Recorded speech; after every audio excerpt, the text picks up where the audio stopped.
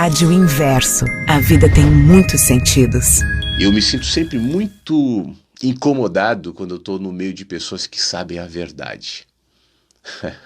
Tem um texto meu que outro dia as pessoas até ficaram meio chateadas, que eu falava assim: eu tô cansado de quem sabe a verdade. Eu não me lembro agora detalhes do texto, mas falava um pouco sobre isso. Me incomoda, né? Quem sabe a verdade tem a incumbência de espalhar a verdade para o mundo. E eu acho que há verdade, mas a verdade se fragmenta para que gente fragmentada como eu e você e todos nós temos acesso a componentes dela. Então a verdade, de alguma maneira, que eu tenho e que chamo de minha verdade, pode ser um fragmento de uma verdade absoluta que nenhum de nós é capaz de acessar.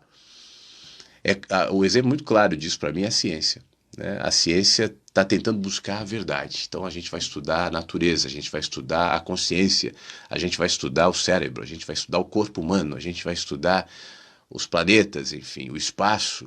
Isso é um absoluto, né? Mas a ciência não tem acesso ao conhecimento total disso. Então ela vai a partir de uma intuição, a partir de questões interiores, subjetivas muitas vezes.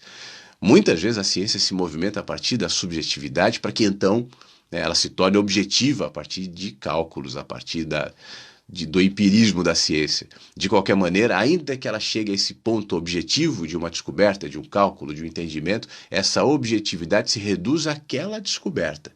Aquilo não é a verdade sobre, por exemplo, o espaço, ou sobre, por exemplo, a consciência, aquilo que está sendo estudado pela ciência.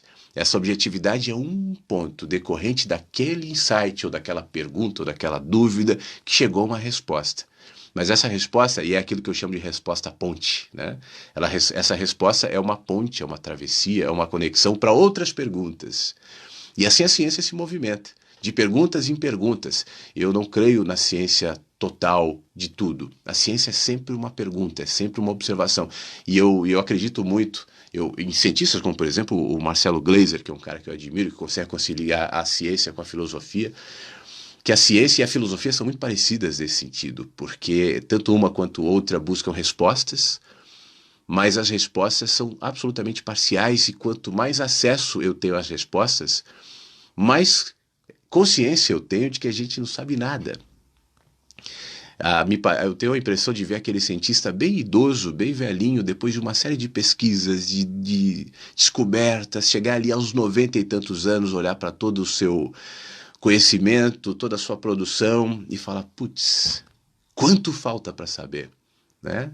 É o sentimento do escritor ou do poeta que antes de morrer fala: quantos livros eu não li ainda, quanta coisa que eu ainda não sei, né? Da pessoa sábia, idosa, que chega velhinho, como eu já vi alguns casos, assim, até famosos. Eu me lembro do Rubem Alves, tão citado aqui na rádio. O Chico Anísio também fazia referências a isso. Chegava já no fim da vida e dizia assim: eu só tenho pena de não viver mais. Tanta coisa que eu não vi, tanta coisa que eu não sei, né? Tanta coisa, eu tenho pena, eu não tenho medo da morte, eu tenho pena só de não viver mais. Esse sentimento é natural de quem está buscando conhecimento. A arrogância de quem diz que sabe, e se eu sei, me cabe dizer a verdade. E aqueles que não concordam comigo são da mentira, né? Para mim é um passo tão primitivo, tão redutor, tão arrogante, tão gerador de doenças, né? Que eu não consigo me manter em grupos assim. Rádio Inverso. A vida tem muitos sentidos.